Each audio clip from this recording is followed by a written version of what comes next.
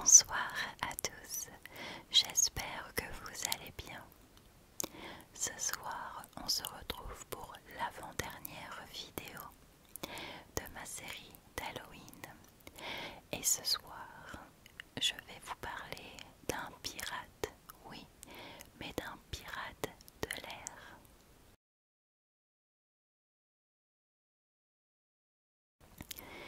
D.B.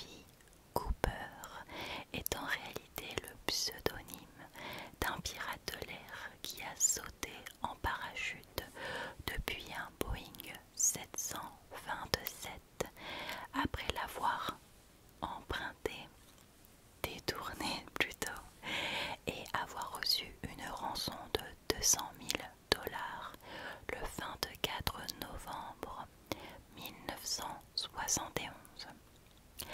Il s'était embarqué donc dans cet avion sous le nom de Dan Cooper. Il s'agissait du vol 305 de Northwest Orient Airlines reliant Portland à Seattle. Son identité réelle reste inconnue. Ils ont de forts doutes qu'il ait donné son vrai prénom et nom. Donc c'est resté D.B. Cooper dans l'histoire, mais on ne sait réellement pas qui il était. Les recherches n'ont jamais permis de déterminer précisément où Cooper avait sauté, ni d'expliquer ce qui s'est passé après son saut. Seuls ont été retrouvés des billets de la rançon, environ 6 000 $ en billets, échoués sur les rives du fleuve Columbine, et une affichette concernant la sortie de l'escalier arrière de l'avion, donc un petit plan en fait tout simplement. Le 12 juillet 2016, le FBI a décidé d'abandonner officiellement son enquête après avoir exploré absolument toutes les pistes crédibles sans jamais avoir de résultats. Donc ça s'est conclu par un sans succès de la part du FBI quand même. Mais la fuite de Cooper et l'incertitude de ce qui lui est arrivé continuent encore à ce jour d'intriguer des chercheurs amateurs. Et même si le FBI, avec tous les moyens que cette agence a décidé d'arrêter les recherches, il y a encore à ce jour des personnes qui tentent de mettre la main sur lui. D'ailleurs, et j'espère que Netflix ne me fera pas mentir, il existe un documentaire sur D.B. Cooper qui s'appelle, je crois, Où est passé ce pirate de l'air, quelque chose comme ça. Donc si vous voulez avoir des informations plus poussées ou des témoignages directs de personnes ayant travaillé sur ce cas, je vous invite à aller voir ce documentaire. Ce n'est absolument pas sponsorisé et j'espère qu'ils ne feront pas comme avec le documentaire sur les triplés, ou comme par hasard ils l'enlèveront quelques jours avant que je poste cette vidéo. Voilà.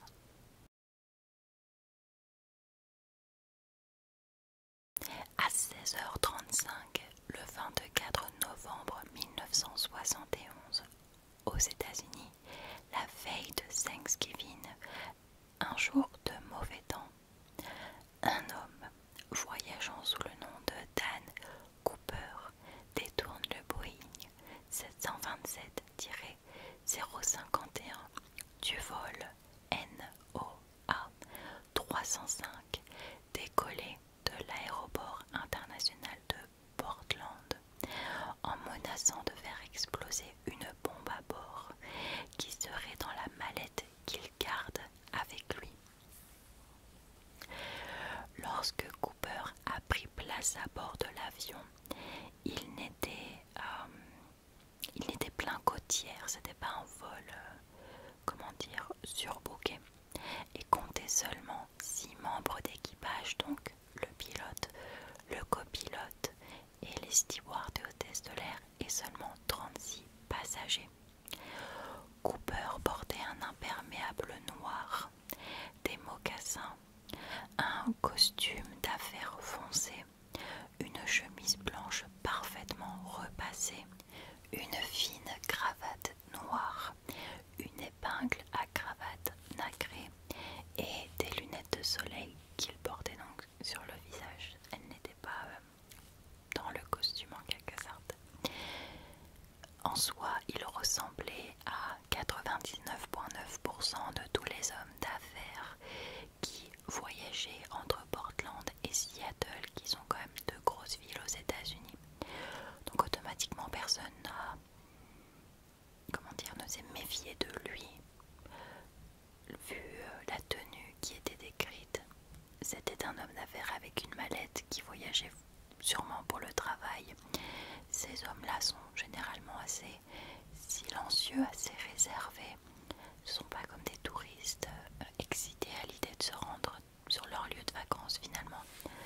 Donc personne n'en a rien pensé et se sont tout simplement dit voilà, c'est quelqu'un somme toute normal. Ouais, normal finalement. Et ils ont continué leur vie comme ça.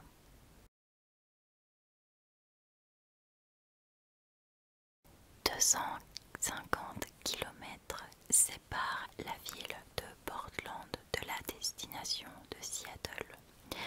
Le vol ne devait durer finalement que quelques dizaines de minutes. C'est pas très écologique, mais soit.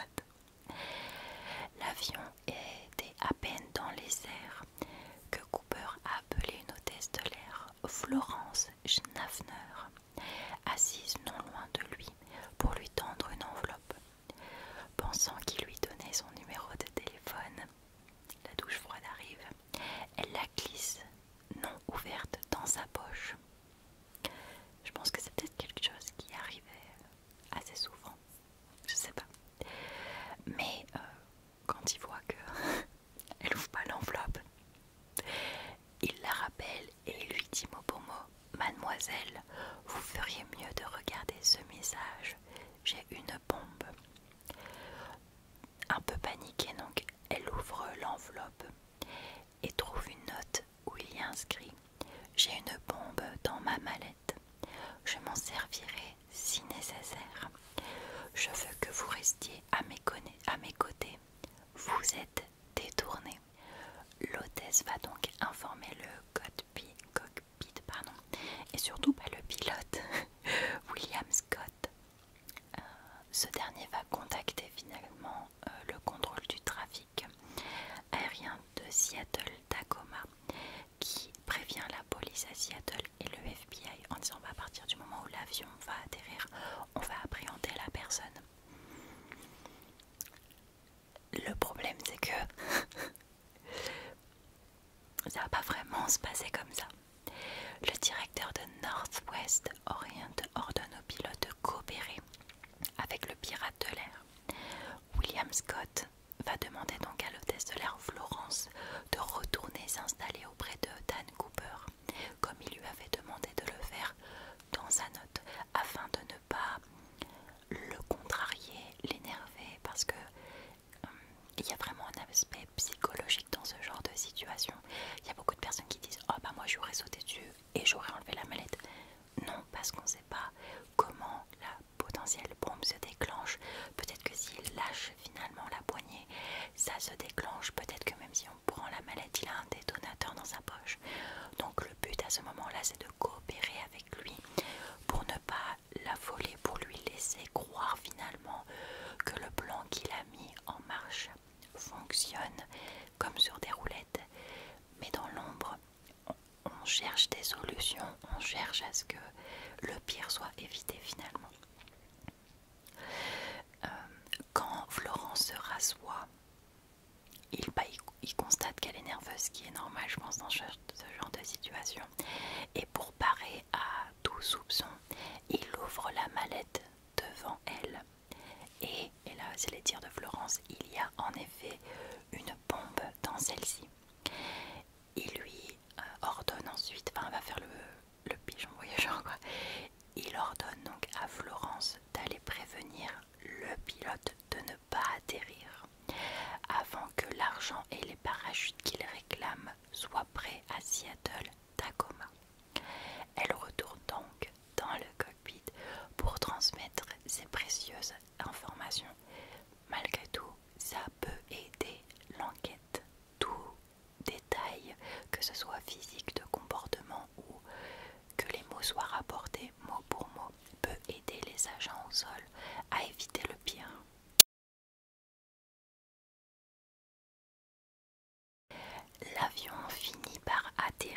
Seattle vers 17h45. À ce moment-là, Dan Cooper libère tous les passagers, attention, passagers de l'avion, en échange donc de sa rançon de 200 000 dollars en coupure de vin et de 4 parachutes. Un pour lui-même, un pour Florence, un pour William et un autre pour le copilote. À 19h45, T.B. Cooper demande à l'équipage de reprendre les airs et de voler vers Mexico à une altitude de 10 000 pieds, soit 3 000 mètres de haut, sans pressurisation et à une vitesse faible. Donc pour un avion c'est 280 km/h.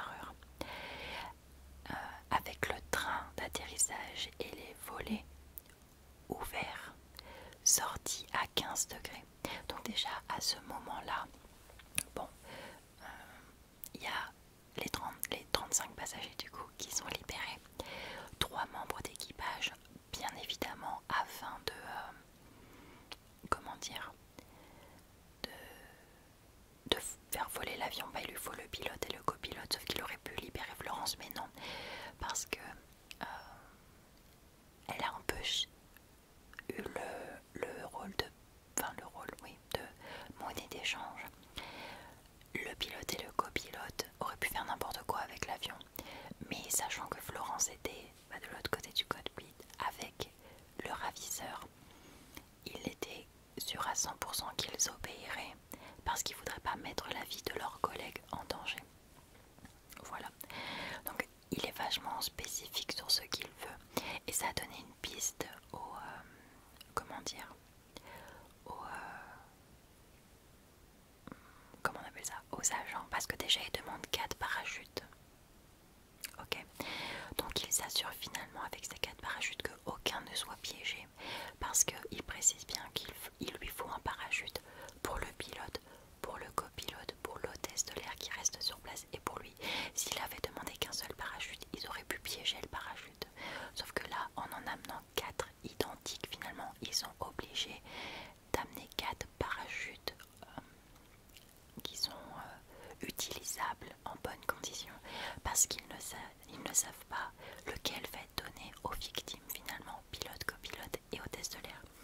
Également le fait qu'il demande à voler à basse altitude, sans pressurisation, à une certaine vitesse avec le train d'atterrissage et les volets. Il s'y connaît en fait en aviation.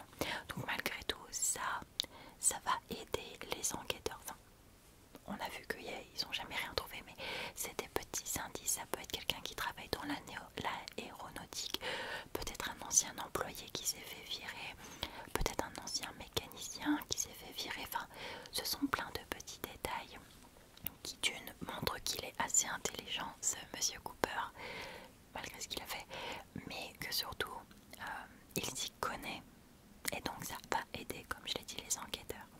William, le pilote, donc annonce tout simplement qu'ils n'auront pas assez de carburant pour aller jusqu'à Mexico.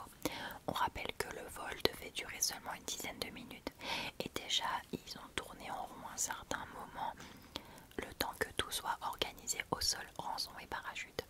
Donc en repartant sans avoir ravitaillé l'avion, ils sont à court de carburant. Donc il fait l'annonce en disant: écoutez, on n'a plus de carburant pour vous emmener à Mexico. À savoir qu'ils n'ont fait aucune résistance. Et si on se posait à Renault, on va dire Renault, pour se ravitailler, histoire d'avoir de quoi aller jusqu'à Mexico, même si on repart pas, au moins on a de quoi, qu'on se crache pas quoi. Le but c'était pas de se cracher. Et Cooper accepte. Voilà, donc il dit ok, on se pose à Renault, on va ravitailler en carburant. Et il disparaît de l'avion en fait. Enfin de l'avion, il disparaît dans l'avion, il s'éloigne. Donc bon, à ce moment-là, il y a plusieurs options. Est-ce qu'il doit contacter quelqu'un? Est-ce qu'il doit utiliser les toilettes, etc. Sauf qu'en réalité, pendant ce trajet donc jusqu'à Reno, il a tout simplement sauté de l'escalier arrière de l'avion avec 2 parachutes et le sac contenant de l'argent. Alors, je vous arrête tout de suite. Il n'a pas sauté avec 2 parachutes pour laisser l'un des 3 dans l'avion mourir. Mais c'est qu'au moins il s'assurait que d'une, si le FBI FBI avait trafiqué l'un des parachutes, bah, ils auraient clairement pas trafiqué les 4. Ou que si celui qui prenait était un peu défectueux, pas à cause du FBI, mais parce que ça peut arriver, bah, il en avait un autre pour s'en sortir. Vachement intelligent le gars. Le FBI suppose que son plongeon a eu lieu vers 20h11 au-dessus du sud-ouest de l'état de Washington, car à ce moment-là, l'équipage a aperçu une très légère modification du centrage de l'appareil. C'est-à-dire, admettons, bah là vous avez le cockpit, les allées, et là vous avez l'escalier arrière. Sachant qu'il volait assez bas, assez lentement, sans dépressurisation, au moment où il a sauté, et bah il y a eu un petit, vous savez, un petit hop, et ça ils l'ont senti. Donc avec les informations données par les membres de l'équipage sur place, ils ont pu plus ou moins savoir à quel moment il a sauté. Mais malheureusement, à cause du mauvais temps finalement qu'il y avait à ce moment-là, les 2 avions de chasse qui surveillaient l'avion en lui-même n'ont absolument rien vu. Ils n'ont pas vu la petite modification de centrage, ils n'ont pas vu quelqu'un sauter de l'avion et surtout ils n'ont pas vu le déploiement du parachute. Des spécialistes supposent qu'il a dû atterrir du coup en parachute quoi, au sud-est de la ville d'Ariel, au bord du lac Merwin, à peu près 48 km au nord de Portland.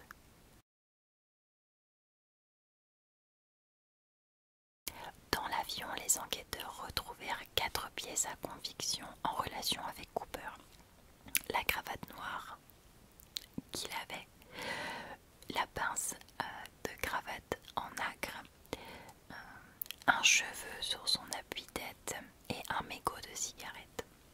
En 2007, donc assez récemment, le FBI reconstitue partiellement l'ADN de Cooper à partir de la cravate. Je ne sais pas trop comment ils ont fait, mais soit. Les autres pièces ayant été détruites entre-temps. En dépit des 18 jours de recherche autour de la zone présumée d'atterrissage de Cooper, aucune trace de l'homme ou de son parachute n'a jamais été trouvée et on ne sait même pas s'il a survécu à sa fuite. Le 13 février 1980, donc à peu près un peu moins de 9 ans plus tard, 5800 dollars de la rançon ont été retrouvés par une famille qui pique-niquait à 8 km au nord-ouest de Vancouver. Alors pas le Vancouver de... comment on appelle ça, pas le Vancouver du Canada, mais de Washington, sur les rives du fleuve Columbia. On a su que ça faisait partie de l'argent de la rançon parce que ils avaient noté tous les numéros de série des billets qu'ils avaient mis dans le sac. Voilà. Et le numéro de série de ces billets correspondait à l'argent de rançon qui avait été donné à Cooper. Ils avaient fait ça tout simplement pour pouvoir le traquer, hein. Mais c'est la seule monnaie finalement qu'ils aient retrouvée de cette rançon. Visiblement, il n'a jamais rien dépensé, ou alors il a dépensé ça au black en quelque sorte, avec des malfrats peut-être. Et les personnes ne se sont n'ont pas regardé ou n'ont pas fait attention au numéro de série. Enfin bref, il y a 50 000 explications possibles. C'est la seule monnaie qu'on ait retrouvée finalement dans la nature de l'argent de la rançon de D.B. Cooper. Bien sûr, cette hypothèse a suscité de nombreuses rumeurs, mais encore une fois, jamais rien n'a été fondé. En 2012, une femme affirme être la nièce de D.B. Cooper parce qu'elle suspectait son oncle, parce que quelques temps après ce qui s'est passé, il a commencé à s'habiller avec des vêtements un peu plus luxueux, à porter des montres un peu, un peu onéreuses.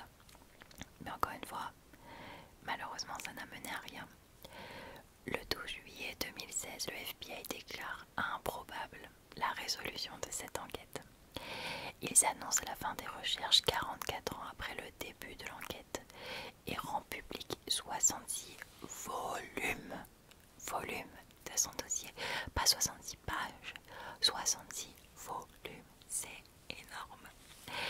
Mais les journalistes et les enthousiastes, enquêteurs professionnels et détectives amateurs continuent, comme je vous l'ai dit, encore à ce jour d'élaborer de nombreuses théories sur l'identité de Cooper et surtout ce qu'il aurait pu devenir.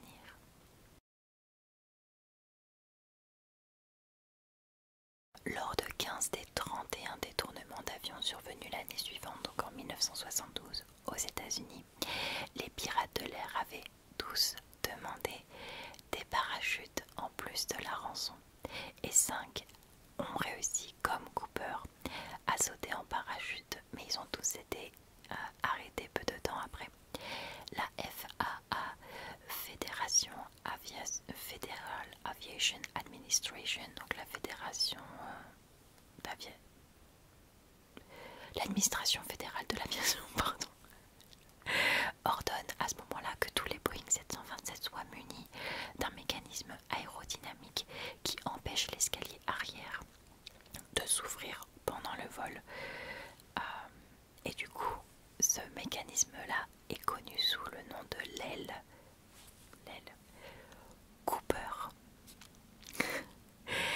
Et ils ordonnent également que la porte du cockpit de tous les avions soit munie d'un judas permettant aux pilotes de surveiller la cabine durant les vols. Vous vous en doutez, je l'ai dit en début de vidéo, il n'y a pas de résolution pour cette affaire. Donc, je pense qu'on ne saura jamais puisque le FBI a abandonné. Maintenant, c'est pas dit que je sais pas, quelqu'un découvre quelque chose, tombe sur une piste par hasard. Mais bon, ils ont perdu des preuves, ça c'est fait un peu con quoi.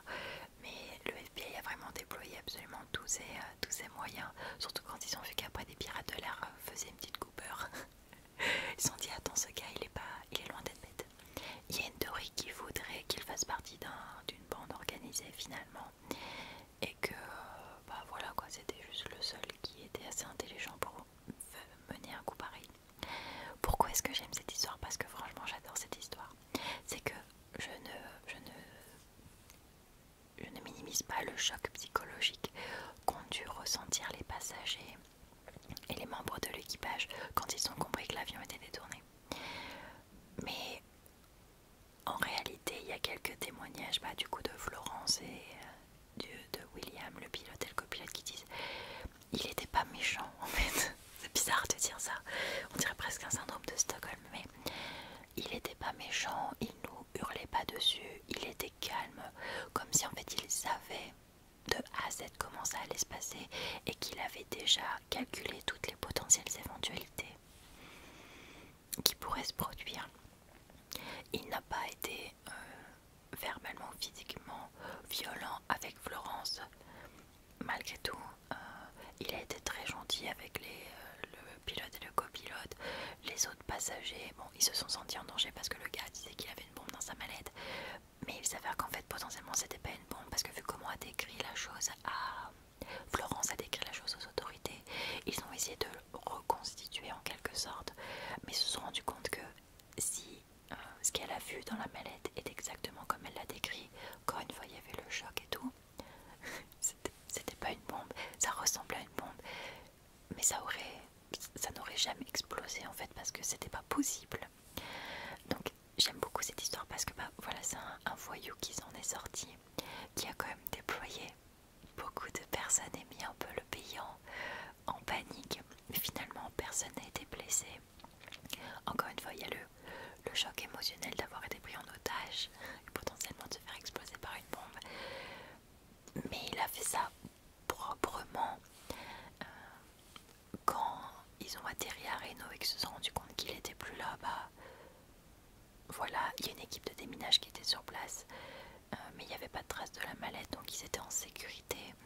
Quand le capitaine, enfin le pilote a dit écoute, on a quasiment plus d'essence, il faut qu'on se ravitaille parce que ça craint.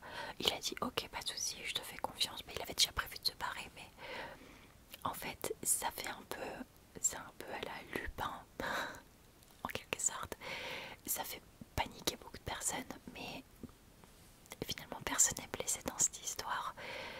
Bien sûr, les membres de l'équipage et les passagers ont été pris en charge par une cellule psychologique. Mais au-delà du fait on a eu peur pour notre vie, et c'était un moment fort en émotion. Il a réussi à partir avec 200 000 $, détourner un avion, passer sous le nez d'avions de chasse qui suivaient l'avion pour au cas où, et il a blessé personne, mais pas tiré un cheveu à qui que ce soit. Je trouve que cette histoire elle est extraordinaire. Il y a quand même de fortes chances que ce fameux D.B. Cooper soit encore en vie aujourd'hui, ou alors